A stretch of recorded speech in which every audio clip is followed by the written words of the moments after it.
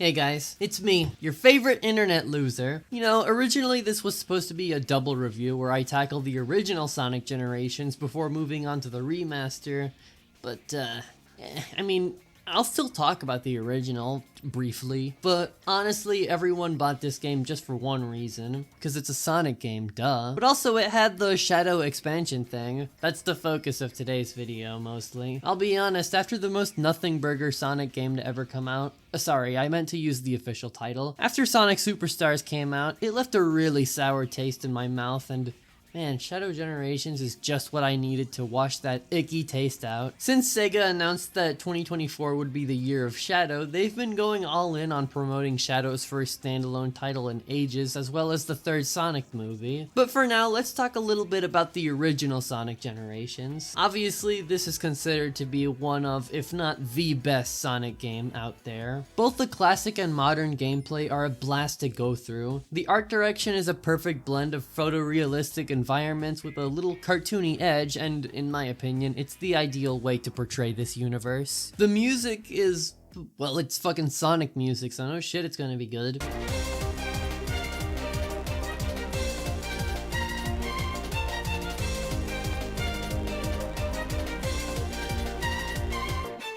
And overall, it was a love letter to everything Sonic's done from 1991 to 2011. It's not perfect though, like, it doesn't have the best story.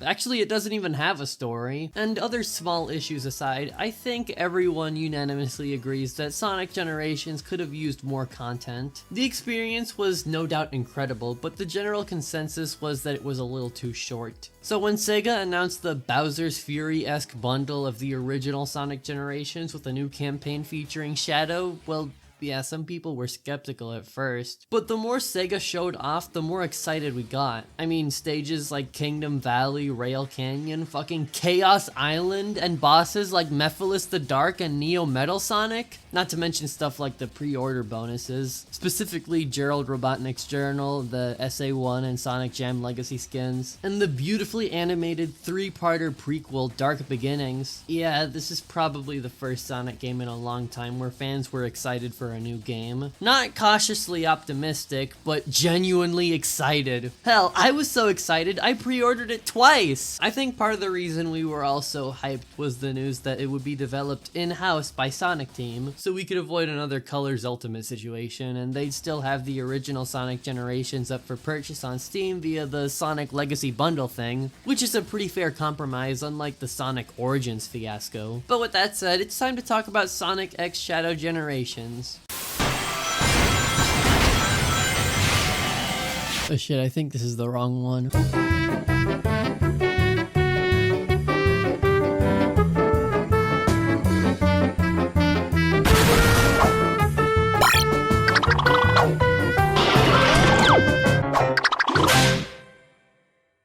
Now, before we talk about the new Shadow stuff, I think it's only fair I briefly talk about the original Sonic Generations and see if the remaster does the bare minimum of preserving the game. We already know what it looks like when SEGA mismanages a remaster of a 7th gen Sonic game, and it ain't pretty. So it pleases me to say that the remaster actually does a pretty good job at delivering on the Sonic Generations part. Right off the bat, the first improvement is the addition of multiple save files, which I think is weird as fuck that the original only had one. And as for how the game runs, there's no glitches or incompetent development footprints to be found anywhere. The game still looks great years later, and the remastered kinda looks the exact same. I have no issues with the presentation at all, at least on PC, which is what I played it on. My boyfriend tried the Switch version and it's horribly compressed. As for the gameplay, they changed things up a bit. For one, there's no more life system, much like any modern platformer. This new system is better for accessibility, and it allows you to retry the stages as many times as you want if you're a perfectionist like me. Sonic also now has the drop dash activated by holding the jump button while airborne. What's weird though is that this doesn't just apply to classic Sonic, you can drop dash as modern too. It's activated the same as classics, but it's done after an air dash. There's really no use for this. Like, the boost is essentially faster and it doesn't kill your momentum at all, but the drop dash is just whatever.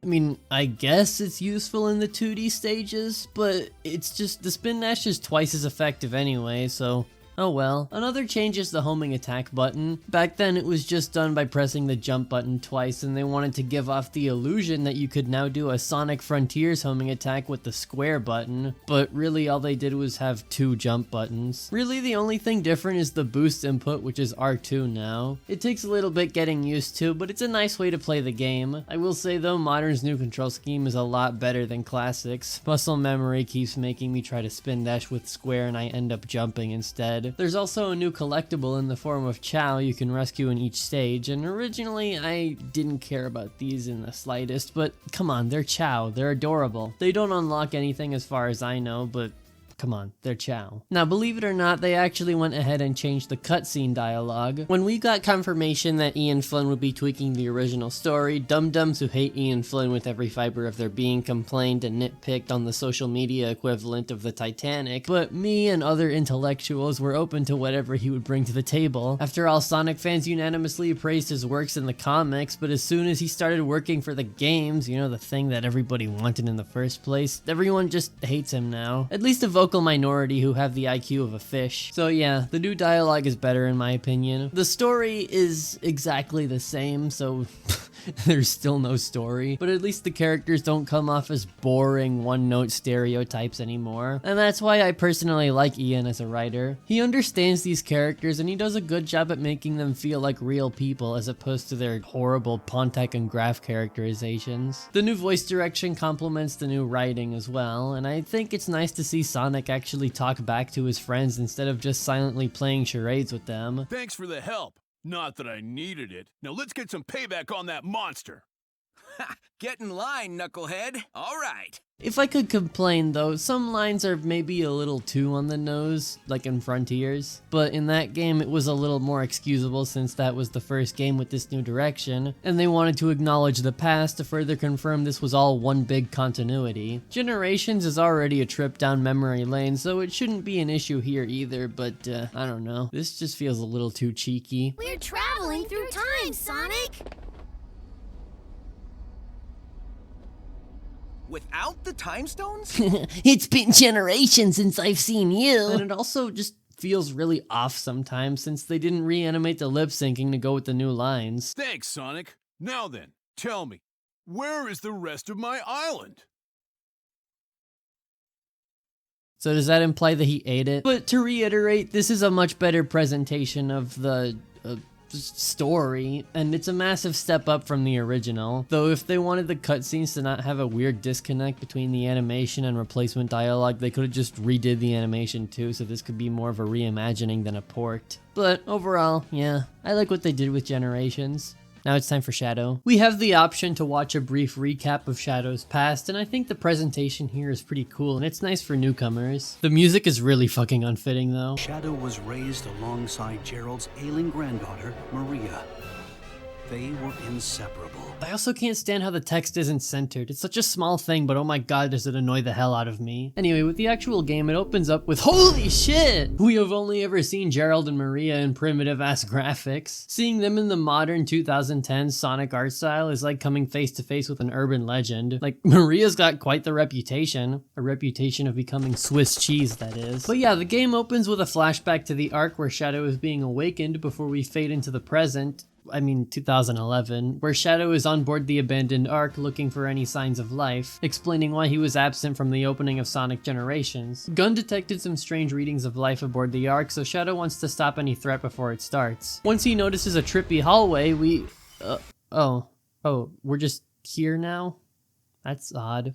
Space Colony Arc Act 1 is actually really fun. The gameplay is basically the usual modern Sonic Boost style, but not as restricted as Gen's. Shadow controls pretty smoothly, and the more open level design at times really complements his controls. Shadow's homing attack is different from Sonic's, since it's actually mapped to square rather than being a weird button mapping thing, and it instantaneously warps Shadow to his target. You can use this homing attack to bypass stuff like laser walls. It's pretty cool. There's also a bunch of abilities you can use to spice up the game, gameplay, starting with the iconic Chaos Control. You can use it to stop time for 5 seconds, and clever use of it can make you find some shortcuts. Chaos Control becomes available once you beat enough enemies or if you find special capsules with chaos energy, so you have to strategize how you'll build it up and when you'll use it. And as you probably already noticed, unlike Sonic Frontiers, this game actually has some proper art direction, that being the usual Gen's art style with a ton of more detail. It's gorgeous. And I'm glad they rearranged Highway in the Sky from SA2, because that's my favorite song that plays in Space Colony Arc. As for level design, I'm so glad to see that it's not the boring ass Forces or Frontiers approach. It's the tried and true and fun design philosophy, featuring branching paths and speed as a reward rather than just a given. If you're skilled, you'll discover a bunch of shortcuts with clever use of the boost and other abilities like Chaos Control. Oh, and also this is something that I noticed while I was editing the video, but on the PC version, you can like remap controls if you want to do like skips for the Chaos Spears, because they delay your air time so you can do more like impressive jumps and all that. You can't remap controls on the PS5 version, which I thought was like really lame. I don't know if they're gonna fix it in a future patch or whatever, but I don't know. Halfway through the level, there's a really cool section where you gotta use Chaos Control and button mash QTE this big ass nuclear missile before we find Black Doom and he temporarily warps us to Radical Highway. After a little bit of unique new gimmicks like gravity switching or sliding down slopes and stuff, we take out some enemies, hit Black Doom to retrieve the Shadow the Hedgehog emblem, and we warp back to the Ark.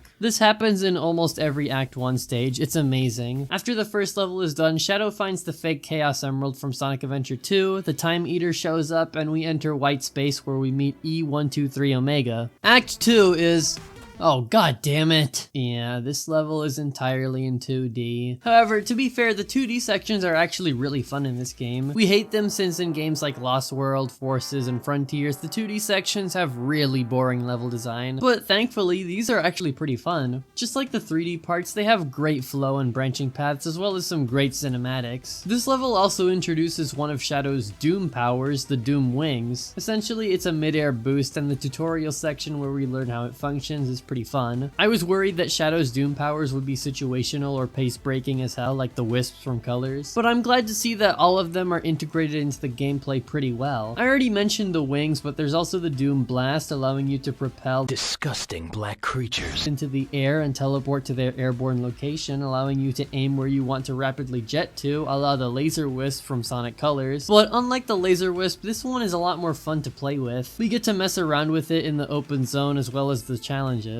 There's also the Doom Spears, which are basically the multi-missiles from Metroid. The Doom Surf, allowing you to surf across water and send debris flying by sidestepping into them. And the Doom Morph, which basically allows you to traverse through tough terrain and swing around. This one is my least favorite in my opinion, but it's still fun enough, and the sections where we gotta use it are fairly brief. Again, these are all pretty fun, and they borrow some elements of Sonic Colors while not making the pacing screech to a halt while you use them. These abilities also unlock more traversal options in the hub world, which is neat, but actually, yeah, let's talk about that now. After Shadow catches a glimpse of Maria, we're free to explore the open zone hub world. This definitely interested me when it was announced. This open zone hub world is inspired by Sonic Frontiers, with trinkets to collect, levels to access, and a lot to do overall. If you noticed a running theme here, then me saying that this is better than any of the open zones in Frontiers should not come as a surprise. No longer are grind rails in awkward positions in the sky or anything like that. Everything here seems,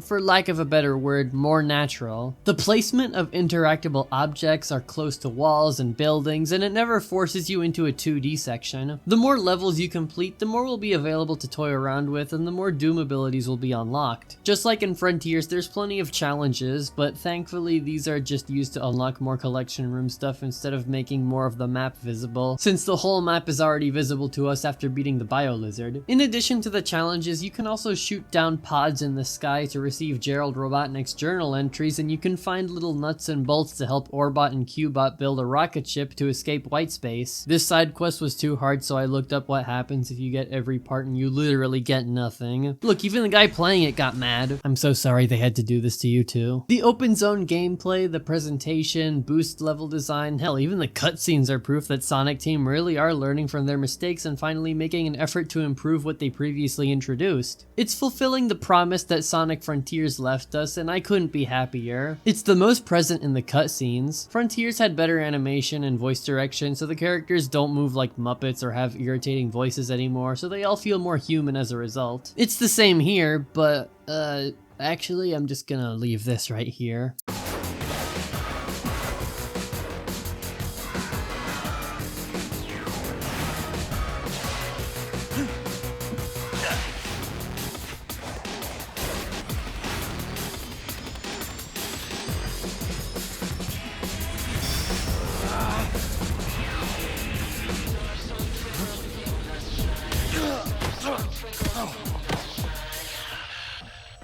Nice hustle, but I won this one. So I'm taking the emerald. See ya!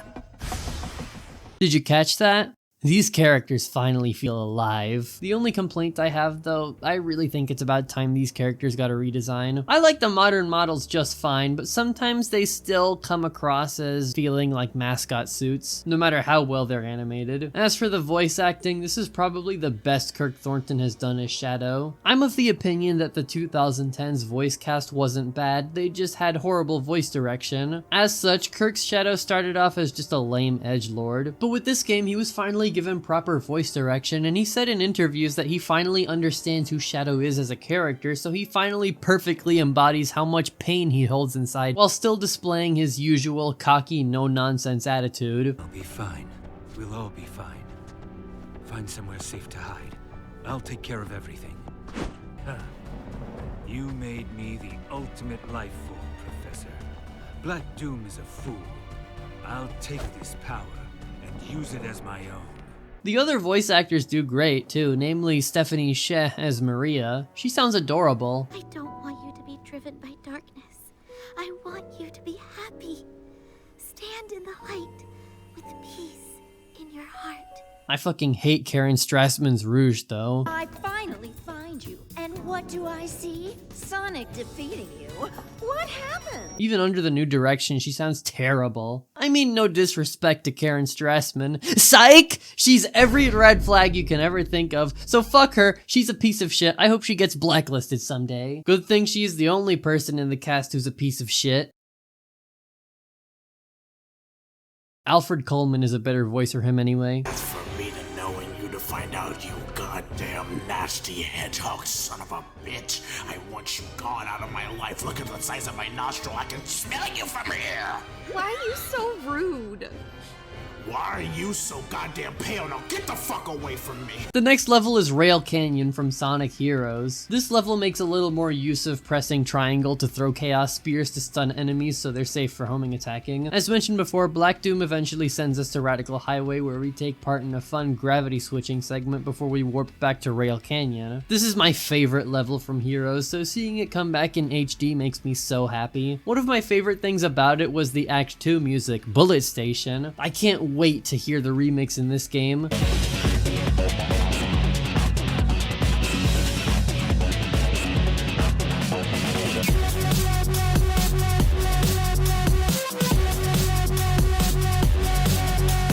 Let little Timmy with his GarageBand iPad into the recording booth. Anyway, once that's done, we meet the best characters introduced in the meta era and unlock the Doom Blast. Much like Sonic Generations, we need 3 keys to activate a boss, so we have to play some challenges. One of the things I hated about the original Sonic Generations was the terrible padding. There's a buttload of challenges just for the sake of making the 100% playthrough longer, and most of them have weird gimmicks that feel sort of slapped in there. Thankfully, the challenges are actually fun in Shadow Generations since they're focused around abilities previously introduced and they test how much you know about them. Really, I only do the Ghost Race challenges whenever I replay Sonic Generations, but for Shadow, I was excited to play each of them, even on levels I don't really like. As mentioned before, the first boss is the Bio Lizard from Sonic Adventure 2. You'll see that each boss has incredible use of the Doom abilities as well as stellar cinematics. The Bio Lizard starts off basically the same as his fight from Sonic Adventure 2, but after you hit him once, they introduce cool ways the purple bubbles use with the Bio Lizard's life support wire bullshit, and we get another Chaos Control QTE to finish him off. I love how Shadow starts off saying he'll put it out of his misery before he just shit talks to him the whole level. Since we talked about the Bio Lizard, I think we should just get the rest of the bosses out of the way right now. Later on, we fight Metal Overlord from Sonic Heroes. He sounds like Bowser. the king of all creation. Nobody can defeat me. Not you, not Sonic, not anyone! This boss also uses the Doom Surf, where you have to sidestep on debris to beat him, and successfully jumping while going on ramps allows you to go a little forward and attack him. I also like how Chaos Control is basically useless here, since he has everyone's biodata, including Shadow's, during the final boss of Heroes. But during a section where you gotta play volleyball with a crystal he spits at us, you can just use Chaos Control to hit it a couple times to send it back to him faster. And the second to last boss is Mephiles the Dark from Sonic 06. I love how the boss is in a hidden area underneath the hub world. It's like the timeline is trying to correct this mistake, and Mephiles himself wants to restore himself to the timeline. Also, Mephiles kind of sounds like Spider-Man, but it's not like I can hear him. I think it's probably the sound mixing. Everybody sounds super quiet for some reason. I will defeat and restore myself to the timeline. I guess they wanted to reference Sonic Adventure 2 with its horrible sound mixing, huh? Mechanically, Mephiles' boss fight relies on the Doom Morph. I really don't have anything else to say about it. It's just cool. I like this boss. Shadow doesn't remember Mephiles, and yet he erased him from existence twice. That's kind of funny. Once we beat the Bio-Lizard, Black Doom tells Shadow that he wants to wait for Shadow to be perfected before they can face off against each other. This could mean either two things. One, he wants to wait for us to collect all the Doom abilities, or two, he wants Shadow to transition and fall in love with Sonic like all my femme Shadow art on Newgrounds. Don't judge me. Afterward, we're free to explore the rest of the hub world and unlock the Doom Surf. They allow you to pick whatever level to play next, and since we already basically covered the gameplay loop, let's get the rest of the levels out of the way in chronological order, starting with Kingdom Valley. Kingdom Valley is the stage I think of when I think of Sonic 06, so it being here makes sense. Honestly, I would have preferred White Acropolis since Shadow's campaign starts there and there's no snow levels and gens, but whatever. Mechanically, this level takes advantage of the Doom Surf, which just feels right for this level. The original had Shadow on the water with his little hovercraft thingy, so the Doom Surf is such a no-brainer for this level. And despite not having Mach Speed sections, this game pays homage to them by including the massive water half-pipe area towards the end. That was my favorite area in Kingdom Valley, so I'm glad it's back. Though it's weird that this level doesn't take us to Radical Highway. I guess because 06 technically isn't canon anymore. As for Act 2, the music isn't half bad. This level introduces wall jumping, which is never used again. It's only in this level and a couple challenges. That's weird, but I don't really mind since it feels worse than how it did in Sonic Generations. But regardless, it still manages to be really fun while still being in 2D. After we finish, we meet Big the Cat, baby! I think I'm not the only one who absolutely loves this guy. And I'm not talking about any of you. This is the first time in a while we've actually seen Shadow the Hedgehog smile. Hello. Your name's Shadow, isn't it? Have you seen my good buddy, Froggy? Oh, skipping 11 years later, we play a level from the future, Sunset Heights from Sonic Forces. But are you sure this is from Forces? Because unlike in that game, this level has no automation and it's over 2 minutes long and it looks incredible. This is not an accurate representation of Sonic Forces. I want my money back. But yeah, this game fixed Sunset Heights. The Death Egg robots peek their heads every now and then to cause more damage, and it's such a sight to behold. It looks like Sonic Forces concept art. Ah yes, 2D and more synth. We're back in comfortable old Forces mediocrity, everyone. The last level is another future one, Chaos Island from Sonic Frontiers. Originally, I didn't really like the music since it sounds a little too cyberspace-y, but it's kind of grown on me, I don't know. I like how it sounds a little dangerous, but it still has that peaceful Chaos Island melody from the original.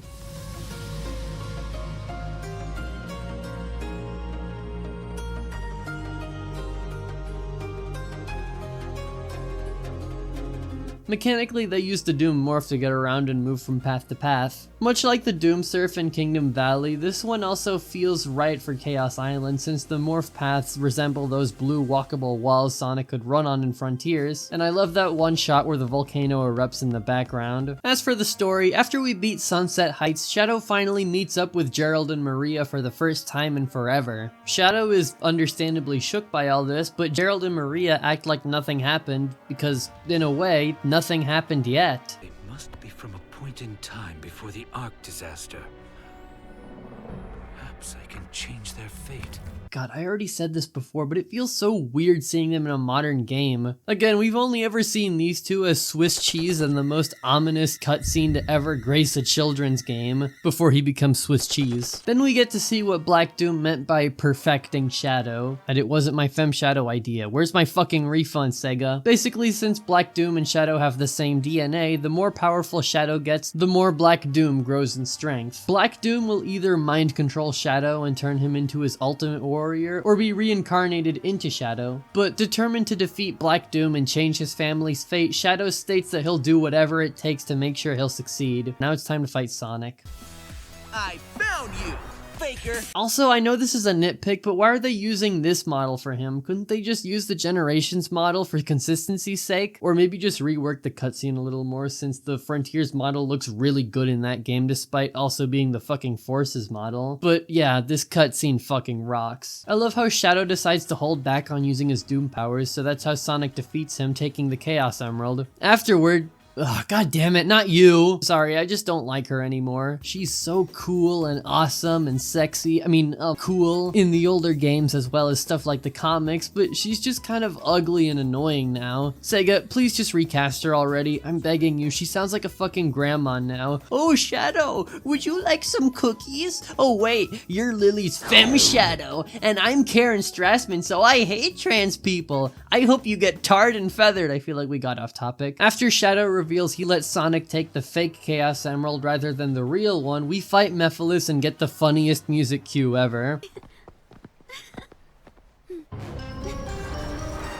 I did not edit that in. But goofiness aside, Black Doom says that it's almost time for him to be reborn, and Shadow's still doing everything in his power to make sure that doesn't happen. When he gets a little too rageful, Maria tries to comfort him. Shadow is already a hero who tries to save the world to fulfill Maria's promise, but Maria still wants Shadow to be happy himself. As simple as it is, I really like this game's story. It's just really nice to see Maria and Shadow interact one more time, and it hits harder after we finish the final boss. After Maria tells Shadow to live happy with light in his heart, we unlock the Doom Wings? Come to think of it, we never actually used them at all during this game. I guess that's what the last level is for, but before that, Shadow lets Maria know that he'll try to live happy, letting go of his destructive anger. He even gives Maria a comforting smile. Once Shadow comforts his family one more time, he flies off to the final stage, a proper, albeit topsy-turvy, radical highway stage inside the giant Doom moon thing in the sky. Random, but it's kind of poetic how Shadow's first level was Radical Highway back in Sonic Adventure 2, when he had false memories and carrying out revenge against humanity. And now it's his final level in this game where he finally becomes the hero he should be. Like I said, they used the Doom Wings a lot in these last two levels, including the final boss, and they're really fun to use. They sort of function like Super Sonic since they can be activated when you have 50 rings and they slowly deplete them when you're using it. And the final boss against Devil Doom primarily uses this mechanic too, as well as all the other Doom abilities. All of the bosses are incredible to fight, and Devil Doom is no exception. After years of having boss fights ranging from mediocre to bad, I'm so happy we finally have boss fights I consider to be masterpieces. And the cherry on top is the incredible visuals and the remix of All Hail Shadow blasting in the background. I love the moment where Black Doom uses Chaos Control to try and get the upper hand, but Shadow just uses it too, defeating him.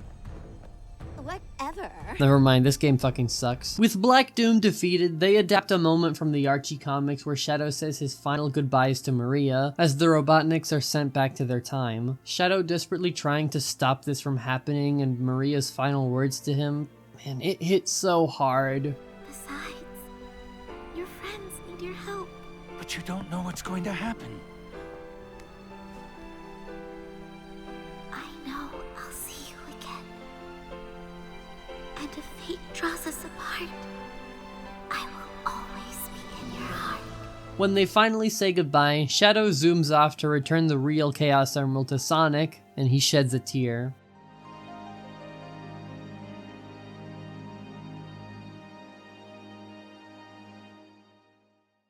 I think I can say with full confidence that this might be the greatest 3D Sonic game to date. I am absolutely blown away. Seeing Sonic Team actually build upon what was previously introduced and craft a fun and inventive experience fills me with so much hope for the future of this franchise. I'm in love with this new direction they're going in, and I can't wait to see what else they do with this formula. And everyone else seems to love it too. It's very rare that a Sonic project receives so much positive reception from both fans and surprisingly game journalists too. I felt like I really had to reach a little when I was talking about why I like Sonic Frontiers, but Shadow Generations really makes Sonic Frontiers look like Sonic bum tears. Besides maybe a couple of Doom powers needing to control a tad better, and maybe the classic Sonic Adventure 2 sound mixing rearing its ugly head every now and then, as well as that awful Orbot and Cubot side quest, like, oh my god, you literally get nothing! I think I speak for everyone when I say, all hail Shadow.